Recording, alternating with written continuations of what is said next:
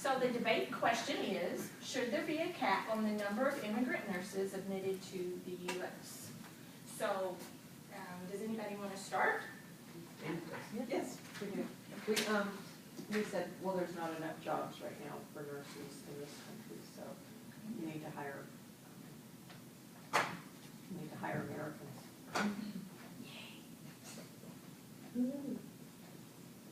Not enough jobs? Is that what you said?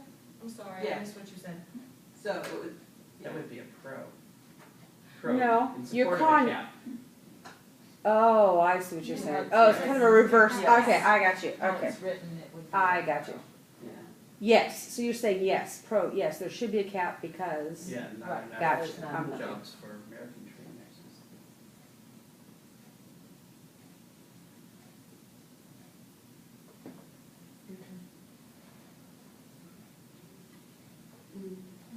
Depends on the nursing needs, because right now, we don't have any needs for, foreign, educated nurses, so it's like, it's the same.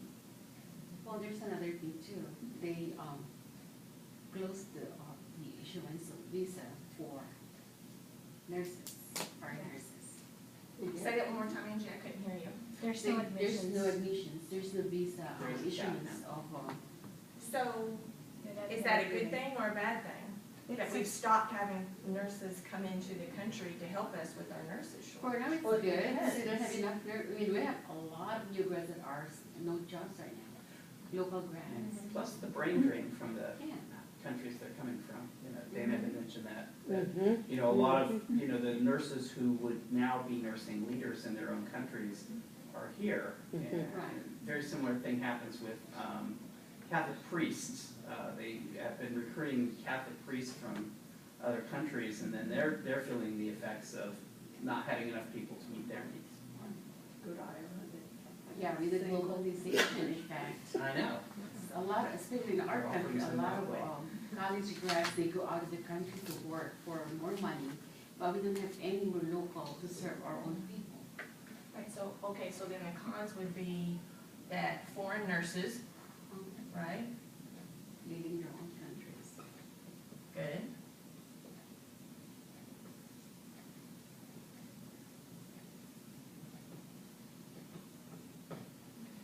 So, how do you think that that's going to affect the healthcare system in that country where the nurses have left? So one of the articles that I read was about the title of the article is U.S. plan to lure nurses and it may hurt poor nations.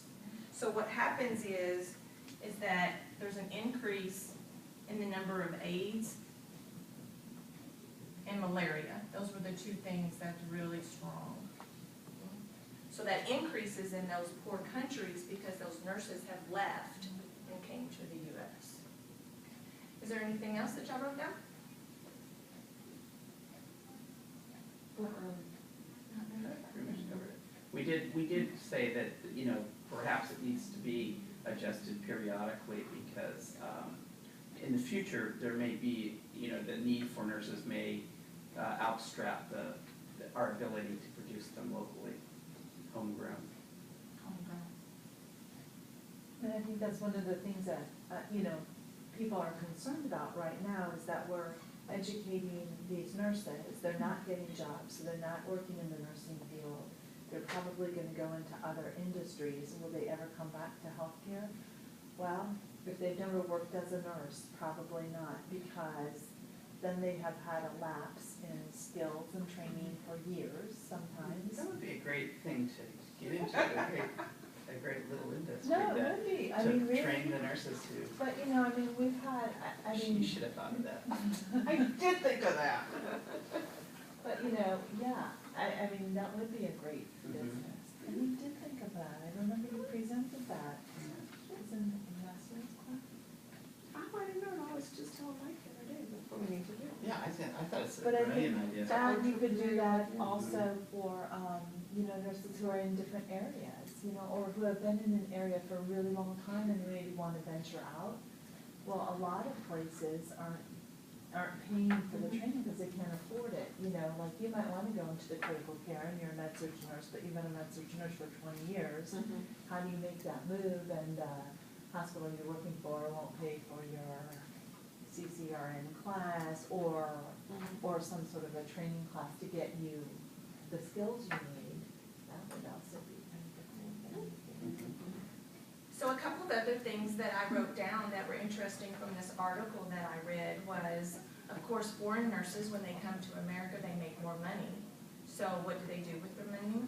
They send it back home to help their families. So that's a positive thing, because it helps, and one of the things it mentioned was it helps build homes for their families. So their living environment might not have been as well, but now that the money is coming back home, that it's going to improve their quality of life and their living arrangements. And then, one of the other things that I found interesting was that thousands of doctors have left their practices to be RNs. So foreign doctors are giving up their license so that they can get an RN license and come to the U.S. and work, because they make more money as RN in the U.S. than they do as physicians. I have a student currently from Afghanistan who was a neurosurgeon in Afghanistan, and he's now in the nursing program. Wow. Is it because of that, or is it because of, like, I've heard also that, you know, a lot of times because their schooling and that kind of thing Yeah, is it's different, that they way can't take less medical intense. boards. Yeah, there's no way they can Yeah. pass the U.S. medical boards, so. Yeah, so there are people who find themselves in this country for other reasons, but then as a job, go forward here. Well, I wanted to take a personal experience that I had last week. I went to a civilian dentist. He wasn't military dentist. And he was a foreign doctor practicing here in the U.S. And while he was working, I said I wanted to ask him a question. It was the first time I met him, and I asked his permission if he felt like, you know, answering this question for me. And I would be quiet, of course, because he was working in my mouth. And then I would listen, and I asked him, you know, did he feel like, and this kind of goes into my next presentation on my article, but has he ever felt discriminated against practicing in the U.S.? And did he feel discriminated against with his team working there in that dentist office, because he was new to the dentist office also? And he said no on both of those. He said he's felt very welcomed here in the U.S. He's felt very welcome there at that practice. And he did talk about how one of his co-workers, that the education that they receive in foreign countries, most of that is subsidized by the government. The tuition is subsidized. So when they leave medical school, they leave debt-free. And then they come to the U.S. and they start building their fortune. So it's left a void there in the country, but yet that country, that government subsidized. So guess what is happening now is that the government of those countries are asking the United States to compensate them for the fact that those doctors have left. They And want in to the return on their article, investment. yes, They do. and the article that I read talks about that. And should that be fair? Because that doctor received financial money for his education. And you know, in the military pays for our education, but we pay them back with years of service. And each one of us sign a contract for that. So why aren't these doctors signing contracts for that? Because they're leaving at a young age and coming right here. Well, it seems like too, you get a better return on your investment by having them sign some sort of contract, because the other effects of that, of having that person stay in their country, being able to mentor being a role model, being able to mentor other students, that kind of thing, being able to provide services for their country, seems like it would be more important than the United States throwing some dollars at them to compensate them for this. I mean, it seems like you get more return if you did it that way. If you're gonna have the United States government pay to educate physicians, maybe they should educate physicians here. Yeah. Yeah. So that's one of the things that I read, Dana, in the article, was that if we have such a huge nursing shortage here in America, why are we as Americans not doing something more about it? And of course, from our other classes, we've learned that we need to hire more faculty because they need to be doctor-prepared faculty members to be able to teach the advanced practice nurse.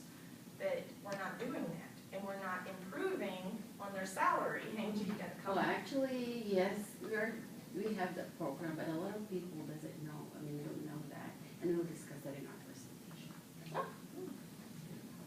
Good, I can't wait to hear it. And then another comment that I wanted to make is that, I come from a rural area, and the physicians who do accept, financial, assistance from the government sign a contract, and they agree to go and serve in rural areas. And so, most of the doctors that are in our area where I'm from, they come in and work for 2 or 3 years to pay off their contract, and then they go back to New York or wherever they're from and finish their practice. Was there any other comments? Okay, thank you very much for your participation.